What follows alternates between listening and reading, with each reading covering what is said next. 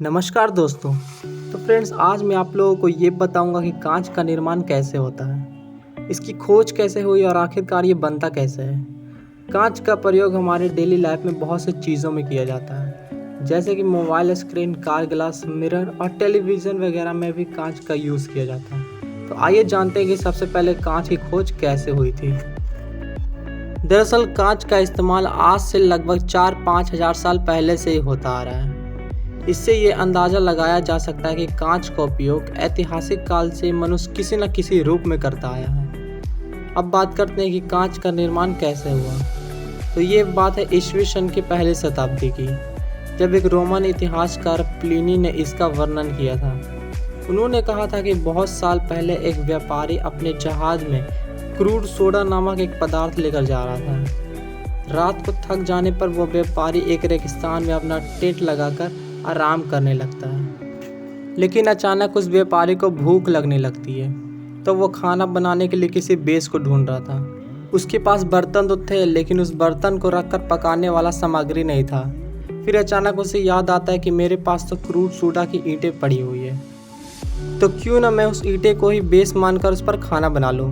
व्यापारी उस ईंटे पर बर्तन को रखकर उसे नीचे से आग लगाता है।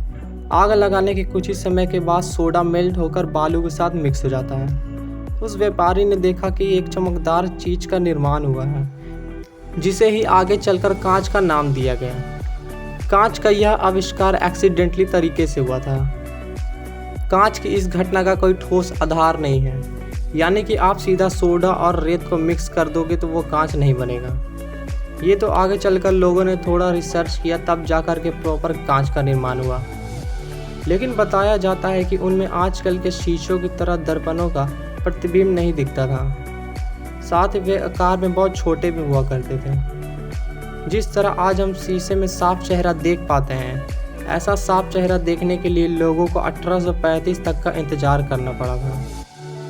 सन 1835 में एक German scientist Justus fawn living ने कांच की एक फलक की सतह पर मेटेलिक सिल्वर की पतली परत लगाकर इसका इजाद किया था। तब जाकर लोग अपना चेहरा साफ तरीके से देख पाए थे। इससे पहले लोगों को अपना चेहरा देखने के लिए स्थिर पानी का इंतजार करना पड़ता था। रोचक बात यह है कि उस दौर में आईने को जादुई उपकरण माना जाता था, जिसके जरिए देवताओं और पूर्वजों की दुनिया को भी देखा जा सकता था। अब बात करते हैं कि कौन था वो शख्स जिसने सबसे पहले आईना देखा।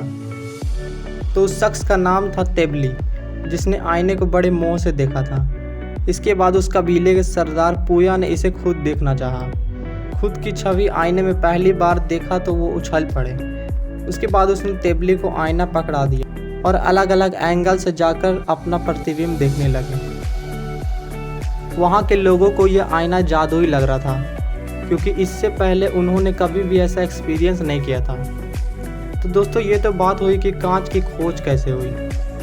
अब बात करते हैं कि आखिरकार कांच बनता कैसे है। दरअसल कांच का इस्तेमाल कई चीज़ों को बनाने में किया जाता है, जैसे कि कांच के बर्तन, शीशे जिसे हम अपनी शक्ल देख सकते हैं, खिड़की, गेट, टीवी, इन सभी चीज़ों को बनाने में कांच का इस्तेमाल किया जाता है।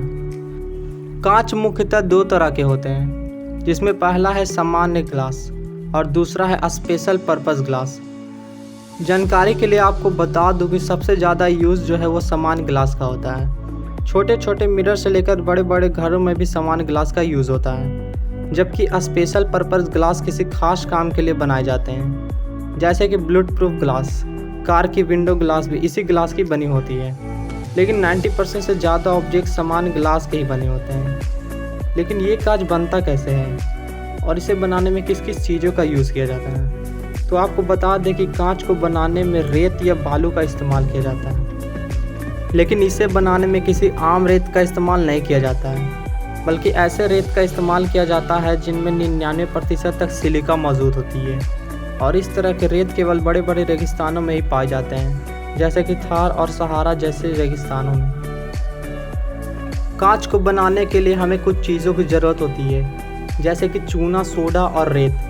फिर इन सब का मिश्रण तैयार किया जाता है, जिसमें करीब 75% तक रेत होती है, 15% सोडा और 10% चूना होता है। इसे एक मशीन के जरिए अच्छे से पीस लिया जाता है और इसमें पुराने कांच के टुकड़ों को भी मिलाया जाता है।